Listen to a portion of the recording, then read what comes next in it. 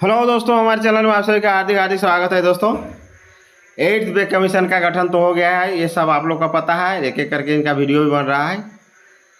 दोस्तों, विभिन्न कर्मचारी संगठनों द्वारा फिटमेंट फैक्टर को 3.68 करने की मांग की जा रही है और काफ़ी ज़ोर शोर से लोग लगे हुए हैं। अगर ऐसा होता है तो इस पर पेंशन धारियों और सैलरी धारियों को कितना बढ़ेगा, इस और टोटल इसके बारे में हम लोग डिटेल जानेंगे। यानी इससे कर्मचारियों को बल्ले बल्ले ही होगी। तो हम लोग देखेंगे कि कितना इसमें, अगर ये संभावना पर आधारित है, अगर ऐसा होता है तो क्या क्या हो सकता है, एक एक करके हम लोग डिटेल जानेंगे। यानी 8th पे कमीशन में सैलरी जो है ग्रेड वाइज कितना बढ़ेगा, इसको हम लोग जानेंगे कि प्रत्येक ग्रेड में कितना कितना बढ़ेगा। ग्रेड पे पर सैलरी में कितना उछाल होगा, ग्रेड पे के अनुसार पेंशन की राशि में भी कितना बदलाव होगा, और किन्हें मिलेगा इनका लाभ, यानी 8वें वेतन का लाभ किन्हें मिलेगा, 8वें वेतन आयोग का असर कैसा होगा, और 8वें वेतन आयोग को लागू करने में होने वाले बदलाव कैसे होंगे। यानी टोटल एक एक करके डिटेल जानेंगे। यानी कहने का मतलब, अगर ये फिटमेंट फैक्टर लागू होता है तो चाहे पे लेवल 1 हो, चाहे पे लेवल ऊपर में जितना हो, 11, 12, 13, 14 जो भी हो लेवल, उसमें कितना बढ़ोतरी होगा, ये डिटेल जानेंगे। हालांकि इसमें तो इस तरह होने से सभी को फ़ायदा होगा, चाहे उसका ग्रेड पे कम हो चाहे ज़्यादा हो, लेकिन सबको फ़ायदा होगा। अगर परसेंटेज देखा जाता है तो ग्रेड पे कम वाले को ही ज़्यादा फायदा होता है, कहने का मतलब प्रतिशत में, लेकिन फ़ायदा सबको होता है। तो चलिए हम लोग एक एक करके डिटेल जानते हैं। नए हैं तो चैनल को लाइक शेयर करें, नए नए अपडेट के लिए वीडियो को देखते रहें। तो चलिए आइए देखते हैं। आप सभी को मेरा प्यार भरा नमस्कार। सरकारी कर्मचारियों के लिए भारत सरकार द्वारा नए वेतन आयोग को लागू किया जाता है और कर्मचारियों को महंगाई से राहत प्रदान की जाती है, तथा वहीं दूसरी तरफ विभिन्न लाभ कर्मचारियों और पेंशनभोगियों तक पहुंच जाते हैं। जब 8वें वेतन आयोग को लागू करने का समय बहुत ही नजदीक आ चुका है और लगातार जैसे जैसे समय निकलता जा रहा है, समय से भी ज़्यादा नजदीक आ जा रहा है, साथ ही अनेक प्रकार की नई जानकारी निकल कर आ रही है। तो हम लोग एक एक करके डिटेल जानेंगे सभी। तो दोस्तों, 8वें वेतन आयोग को लागू करने पर सभी कर्मचारियों को अलग अलग पे लेवल के हिसाब से सैलरी मिलेगा। तो सबको मालूम है, ऐसे कर्मचारी जिनका पे लेवल अधिक है उन्हें अत्यधिक सैलरी मिलेगा, और जिनका पे लेवल कम है उन्हें कम सैलरी मिलेगा। लेकिन कम वालों को परसेंटेज में ज़्यादा फायदा होता है। हालांकि कम पे लेवल से अधिक पे लेवल तक कैसे भी करना चाहिए, अच्छी बढ़ोतरी 8वें वेतन आयोग को लागू करने पर सैलरी के अंतर्गत देखने को मिलेगी। वर्तमान में 7वें वेतन आयोग के तहत लेवल 1 पर बेसिक सैलरी कर्मचारियों को देखो 18,000 की प्रदान की जा रही है। अब 8वां वेतन आयोग लागू होने पर जितना अधिक फिटमेंट फैक्टर होगा, फिटमेंट फैक्टर पर डिपेंड है, जितना ज़्यादा होगा उतना फायदा है। उसी हिसाब से सभी कर्मचारियों को अलग अलग पे लेवल के अनुसार सैलरी में बढ़ोतरी देखने को मिल रही है। वहीं कर्मचारियों और सरकारी कर्मचारियों के संगठनों द्वारा मांग की जा रही है कि फिटमेंट फैक्टर 3.68 या उससे ज़्यादा लागू किया जाना चाहिए। ये कर्मचारियों की मांग है और उसके आधार पर कितना बढ़ोतरी होगा, इसीलिए उसी के आधार पर ये वीडियो बनाया गया है कि देखिए अगर 3.68 हो तो कितना कितना बढ़ोतरी होगा।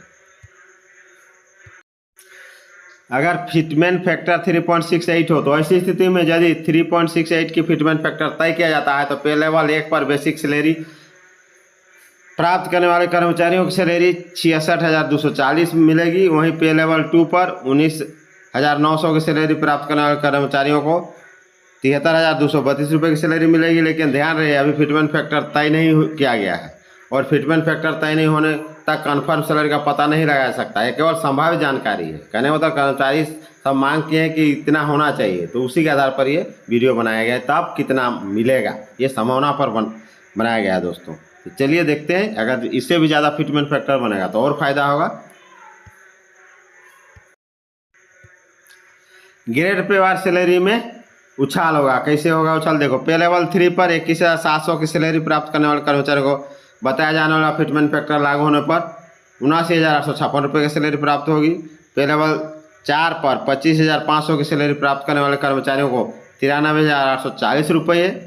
पे लेवल 5 पर 29,200 से बढ़कर 1,07,456 रुपये। पे लेवल 6 कहने का मतलब पे लेवल 6 मैंने 4200 ग्रेड पे, और पे लेवल 5 मतलब 2800 ग्रेड पे। तो पे लेवल 6 मैंने 4200 ग्रेड पे, यानी अभी जो प्राइमरी शिक्षकों को मिलता है यानी जूनियर इंजीनियर को, तो उनको 35,004 से बढ़कर 1,30,270।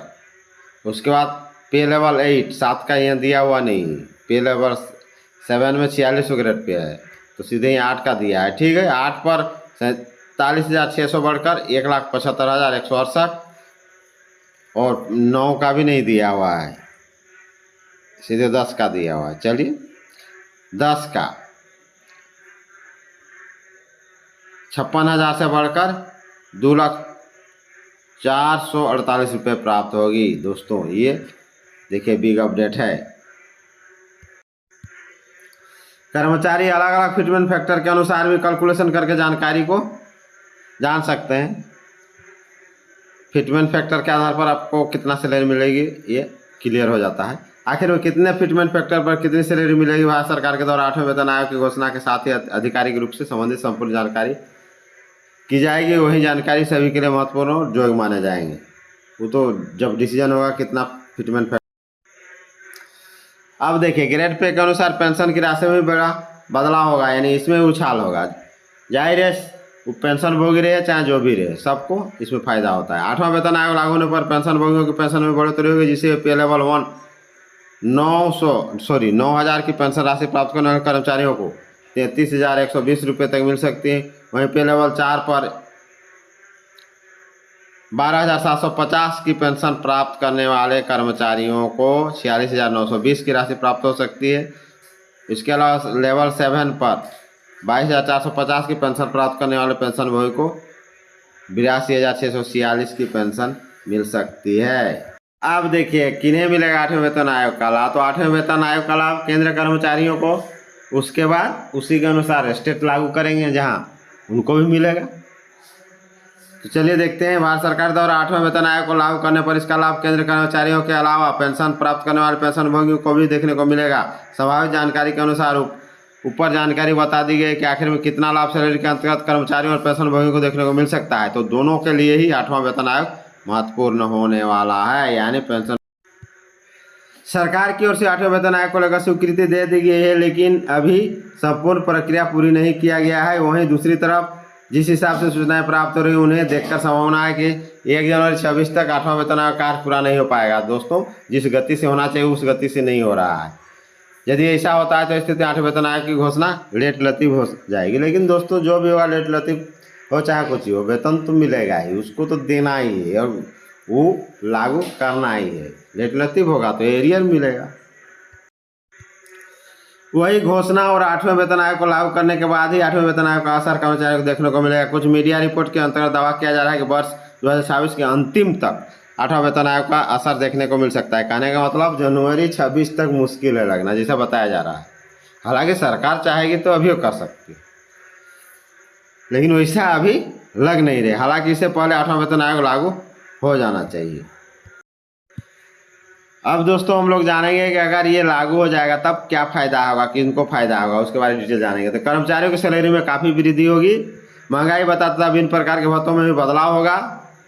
वो होता ही है, ज़्यादा सैलरी मिलने की वजह से कर्मचारियों को महंगाई भत्ता से राहत मिलेगी। 8वां वेतन आयोग के अंतर्गत सरकार के द्वारा कर्मचारियों और पेंशन भोगियों के लिए कुछ न कुछ नियम लागू किए जा सकते हैं। एक बार 8वां वेतन आयोग लागू हो जाने पर अनेक वर्षों तक इस आयोग के तहत वेतन प्राप्त होगा। 10 साल तक प्राप्त होगा, यानी अगला जब तक नहीं लागू होगा फिर तब तक यही मिलेगा। दोस्तों ये बिग अपडेट है, नए हैं तो चैनल को लाइक शेयर करें।